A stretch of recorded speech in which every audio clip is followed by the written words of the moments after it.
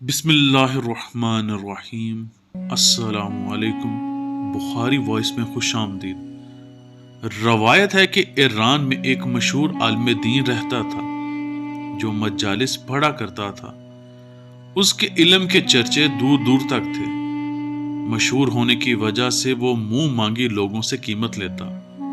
اس نے بے شمار مجالس پڑھی۔ لوگ اس کا ناز نخرہ اٹھاتے اور وہ بھی صرف وہی مجالس پڑھتا جہاں سے اسے منہ مانگی قیمت ملتی۔ ایک دفعہ جب وہ مجلس پڑھ کر گھر واپس جا رہا تھا تو راستے میں ایک بڑھیا ملی۔ اس نے عالم کو پہچان لیا اور کہا، میں لوگوں کے گھروں میں کام کرتی ہوں، اس لیے کہ اپنے گھر سال میں ایک مجلس کروا سکوں۔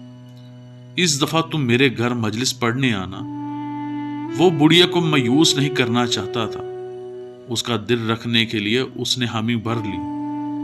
بڑھیا نے اسے مقررہ دن کا بتایا اور چلی گئی۔ عالم مقررہ دن پر بڑھیا کے گھر گیا اور جب وہ گھر پہنچا تو خستہ حال گھر اور چند لوگ مجلس میں شامل تھے۔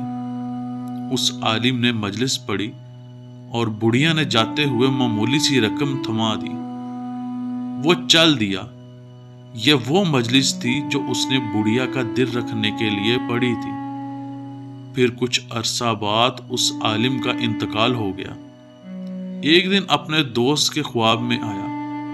اس نے عالم دین سے پوچھا، خدا نے تیرے ساتھ کیا معاملہ کیا؟ اس نے کہا، میری قبر میں امام حسین آئے اور میں نے ان سے کہا، حضرت میری شفاعت کریں، میں آپ کی مجالس پڑھا کرتا تھا۔ آپ نے میری طرف دیکھا اور کہا، تیری کوئی بھی مجلس قابل قبول نہیں، کیونکہ وہ تو خلوص دل سے نہیں بلکہ پیسے کے لیے پڑھتا تھا۔ ہاں، تیری ایک مجلس قابل قبول ہے جو تو نے اس بڑھیا کا دل رکھنے کے لیے پڑھی۔ اس نے کہا، میری وہ ایک مجلس میری شفاعت کا باعث بن گئی۔